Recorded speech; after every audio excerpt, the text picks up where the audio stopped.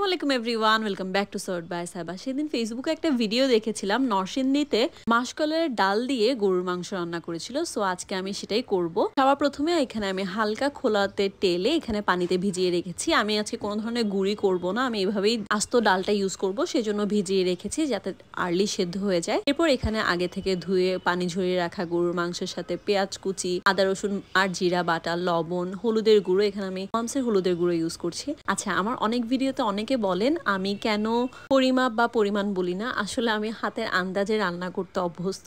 আমি মনে করি এগুলোর আসলে ফিক্সড কোনো পরিমাপ বা পরিমাণ নেই, হাতের আন্দাজেই দিলে আসলে স্বাদটা হয়। আর ওমামসের আমি আগেও বলেছি ইরানি জিরা গুঁড়াটা ইউজ করে দেখবেন, এটার স্মেলটা খুবই ভালো, অল্প ইউজ করলেও অনেক ভালো স্মেল হয়। এরপর সব ধরনের গোটা মশলা, তেল আর সব ধরনের গুঁড়ো মশলা দিয়ে যেভাবে আমরা গরুর মাংস ইউজুয়ালি রান্না করে থাকি সেরকমই সবকিছু দিয়ে ভালো করে মাখিয়ে নিচ্ছি। আমার এই পর্যায়ে স্মেলটা না এত ভালো লাগে গরুর মাংস মাখানোর সময়, এটা আমার অনেক ফেভারিট একটা পার্ট। এরপর জাস্ট সবকিছু মশলা কাচিয়ে হাতের যতটুকু পানি ততটুকুই দিয়ে নিব, আর বেশি পানি দিব না। আর এটাকে ভালো মতো কষতে দিব। এই পর্যায়ে আমি কোনো ধরনের ডাল ইউজ করব না। এটা ভালো করে কষে একটু তেলটা ভাসা ভাসা হয়ে উঠে আসলে তখন আমি ডালটা ইউজ করব। আমি যে ভিডিওটা দেখেছিলাম ওখানে আসলে ডালটা গুঁড়ি করে এরপর ইউজ করেছে। আপনারা যদি মাসকলাইয়ের ডালটা গুঁড়ি করে ইউজ করে থাকেন সেই ক্ষেত্রে গুঁড়ো করা ডালটা পানির সাথে আগে ভালো করে মাখিয়ে একটা স্লারি মেক করে নিতে হবে, এরপর এই পর্যায়ে ইউজ করতে হবে। আর যারা আমার মতো এরকম আস্ত ডাল দিবেন তারা হচ্ছে এভাবে ভিজিয়ে রাখবেন। ভিজিয়ে রাখলে দেখতেই পাচ্ছেন একটু ফুলে ফেপে উঠবে।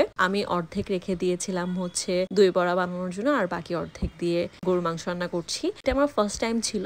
এটা ভালো করে কষিয়ে যখন দেখবেন এরকম তেল ভাসা ভাসা হয়ে উঠছে, 10 থেকে 12 মিনিট কষিয়ে নেবেন ডাল দিয়ে। এরপর পরিমাণ মতো পানি দিয়ে নেবেন যাতে ডাল আর মাংসটা প্রপারলি সেদ্ধ হয়ে যতটুকু ঝোল আপনারা চাচ্ছেন ততটুকু যাতে থাকে। এরপর সবকিছু প্রপারলি সেদ্ধ হয়ে যাওয়ার পর কাঁচামরিচ, ধনেপাতা আর সামান্য গরম মশলা দিয়ে এই তো রেডি। এই ফার্স্ট টাইম আমি এইটা ট্রাই করার পর আমি এটার ফ্যান হয়ে গেছি পার্সোনালি। আপনারা কেউ কখনো এভাবে মাসকলাইয়ের ডাল দিয়ে যদি গরুর মাংস রান্না করে থাকেন, আপনাদের এক্সপিরিয়েন্স বা পদ্ধতি আমাকে কমেন্টে জানাতে ভুলবেন না। আর এটা ট্রাই করলে সেটাও আমাকে কমেন্টে জানাবেন। আশা করি আজকে ভিডিও ভালো লাগবে। Thank you for watching.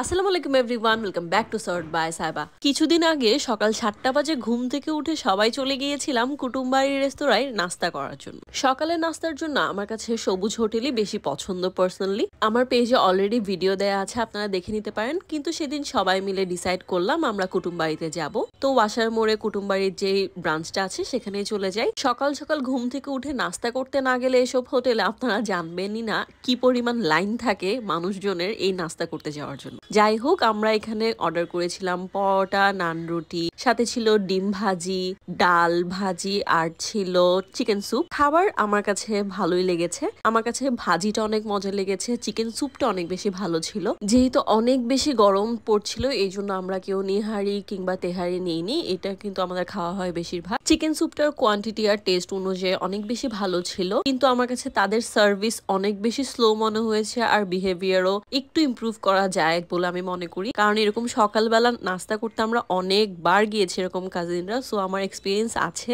সেই অনুযায়ী কুটুমবাড়ির সার্ভিস আর বিহেভিয়ার আমার কাছে একটু ইমপ্রুভ করা যায় বলে মনে হয়।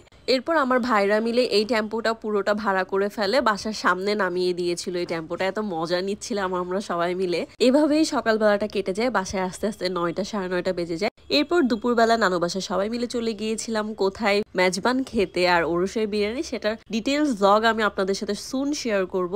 আপনাদের জন্য কিন্তু আমি রেসিপিও নিয়ে এসেছি। So stay tuned at served by Saheba. আশা করি আজকে ভিডিও ভালো লাগবে। Thank you for watching.